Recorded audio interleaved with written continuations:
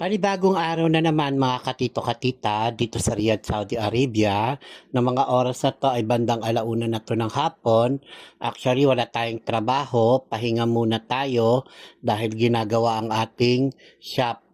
Nire-renovate po siya kaya wala po tayong trabaho. Hindi ko lang alam kung ilang linggo to siya o ilang araw o ilang buwan bago siya matapos kasi medyo gigibain yung ibang linya. Hahatiin na siya at aayusin siya dahil itong shop na to ay 15 years na rin po siya. Kung gaano rin ako katagal, ganun din shop. Actually, pangatlong gawa na to siya. Ganyan naman talaga sila mga Arabo kapag tumatagal, kailangan talagang ipa-renovate o ipag-ayos. Kaya wala, magpapahinga muna tayo kaysa naman mag-stay tayo dito na naghihintay ng customer. Wala naman din pwedeng pumunta dahil bawal, dahil makikita po yan ng Baladiya o Ministry of Health na kapag may ginagawa at nagtatrabaho tayo, pwede po tayo magkaroon ng penalty. At ng mga oras na to ay pupunta na lang tayo sa kabilang highway. Imbis na maglalakad tayo, hindi natin kaya yung sobrang init dahil talagang tagos sa ating laman at masakit sa ulo. Kahit magpayong pa tayo, hindi talaga natin kakayanin dahil yung singaw ng init, hindi po natin kakayanin. Kaya ngayon, sumakay lang ako ng taxi, medyo mura lang naman. Kung paikot lang naman sa 150 pesos na yon, iikot lang tayo 150 pesos na. How much more pa kaya kung papunta tayo sa malayo? Mas mahal.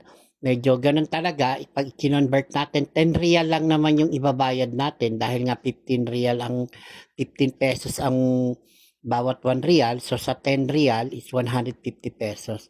Nakiusap lang ako dito sa driver na makianhangkas ako at iikot lang ako at bayaran ko na lang siya ng 10. Pumayag naman. Kaya ito, iikot tayo at pupunta lang tayo sa market para bumili ng ating pagkain. Actually, ilang linggo na tayo walang stock masyado sa rep.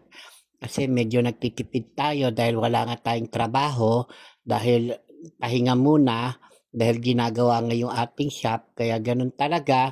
Kaya kapag meron tayong nakaipit na pera, iba rin talaga yung marunong tayo magtipid kasi hindi natin hawak ang oras, hindi rin natin hawak lahat ng panahon.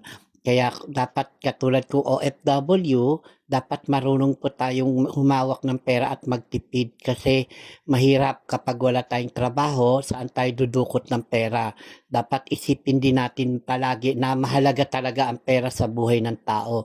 Dahil kapag wala kang pera, wala kang kakainin at wala kang pambili ng mga pangangailangan mo. Ng mga oras na to, nandito tayo sa isang market sa may Tamimi. Malapit lang din to sa amin. Paikot lang, medyo tatawirin kasi kaya hindi natin kaya yung lumakad dahil sa sobrang init. At bibili lang tayo ng konting stock ng pagkain natin, lalo-lalo na yung prutas. Kapag hindi tayo kumakain ng rice, mga prutas, okay yan siya. Ang saging dito, isipin nyo, 650 real, 6 real and 50 halala sa pumapatak din ng 100 pesos, mahigit 120 pesos per kilo. Isipin nyo ganun kamahal ang saging dito sa Pilipinas, magkano lang yan.